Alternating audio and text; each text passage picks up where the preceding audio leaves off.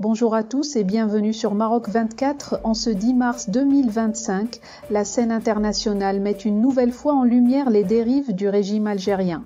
À Genève, lors de la 58e session du Conseil des droits de l'homme de l'ONU, Mary Lawlor, rapporteuse spéciale des Nations Unies, a exposé un rapport accablant sur la répression que subissent les défenseurs des droits humains en Algérie.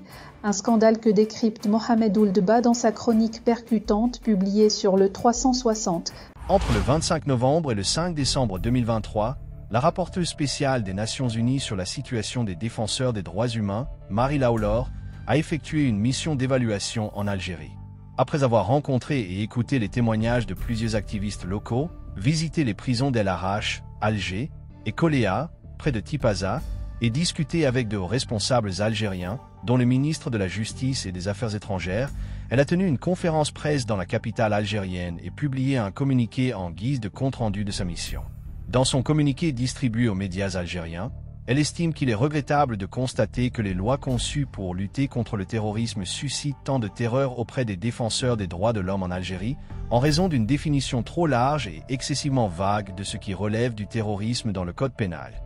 Elle fustige en particulier l'article 87 bis du Code pénal algérien, promulgué en 1995, ou plus exactement imposé par l'armée en pleine guerre civile de la décennie noire, et plus que jamais en vigueur à l'heure actuelle. À la suite des remarques de la rapporteuse onusienne, le régime d'Alger a promis de remettre les pendules à l'heure. Mais en avril 2024, feignant de modifier cette loi décriée, il l'a rendue encore plus répressive en étendant son application à de nouveaux crimes. Ainsi, tout acte d'opposition au pouvoir en place, comme une simple publication sur les réseaux sociaux, tombe sous le coup des lois antiterroristes, et les présumés contrevenants seront inscrits sur la liste nationale des terroristes.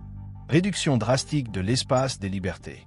Ce nouveau code pénal a été également amendé dans le contexte de la préparation d'une élection présidentielle inexplicablement anticipée et massivement boudée par l'électorat algérien.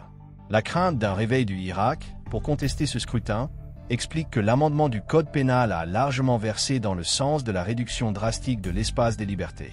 C'est cet édifice répressif, renforcé au lieu d'être assoupli, qui a fait l'objet du rapport présenté par Mary Lawlor, le mercredi 5 mars, devant les délégations des États membres du Conseil des droits de l'homme de l'ONU. Elle y affirme que les défenseurs des droits humains en Algérie continuent d'être arrêtés arbitrairement, harcelés par la justice, intimidés et criminalisés en raison de leurs activités pacifiques en vertu de dispositions pénales formulées en termes vagues, telles que porter atteinte à la sécurité nationale. Elle a ainsi cité les cas de nombreux activistes qu'elle a rencontrés, dont des journalistes, des avocats, des syndicalistes ou encore des membres du collectif des familles de disparus. Ceux-ci continuent, selon elle, à être persécutés par l'appareil répressif de la junte au pouvoir. La rapporteuse onusienne souligne que même les rassemblements pacifiques sont interdits et tombent sous le coup des lois antiterroristes. Auparavant, Mary Lawlor avait à plusieurs reprises interpellé le régime algérien, l'exhortant à modifier l'article 87 bis du Code pénal.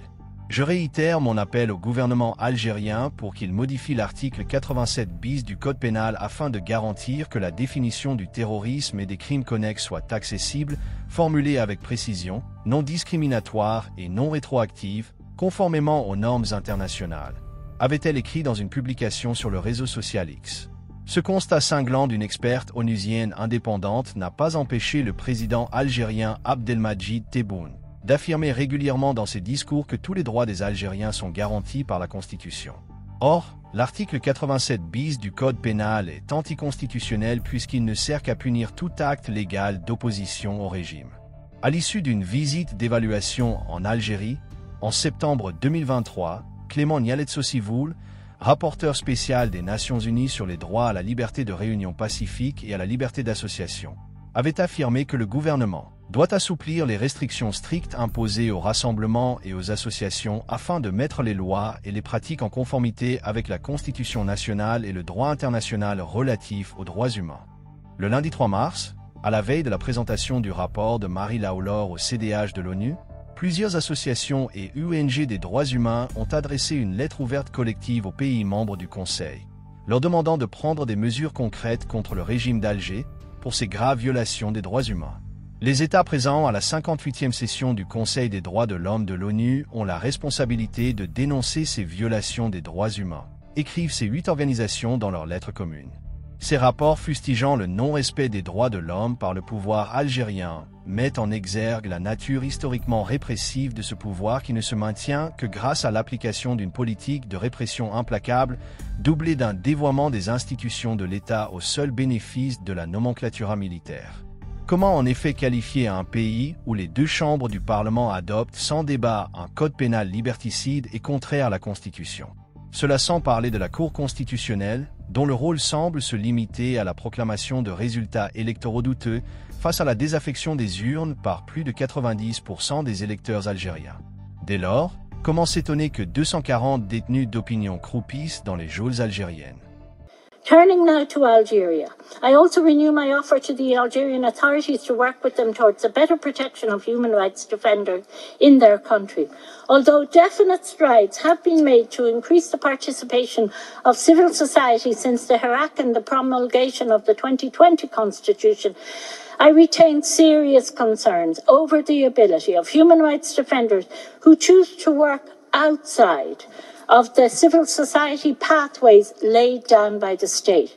Defenders I met working on issues of corruption and enforced disappearance, promoting minority rights, protecting the environment, and investing human rights violations are among those who told me of the fear in which they operate. Indeed, some cancelled at the last minute, saying they feared reprisals.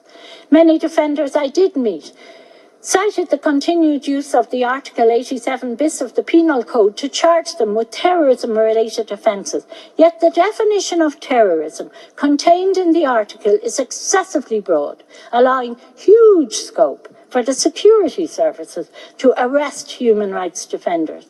I take this opportunity today to reiterate my call to the Algerian government to amend this article and to ensure that the definition of terrorism and related crimes are accessible, precisely formulated, non-discriminatory and non-retroactive in line with international standards.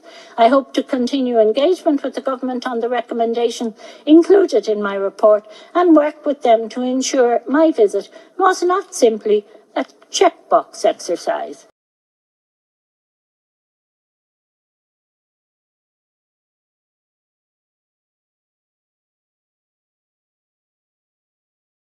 Pour rester informé, je vous invite à regarder les vidéos Maroc 24 qui s'affichent sur votre écran.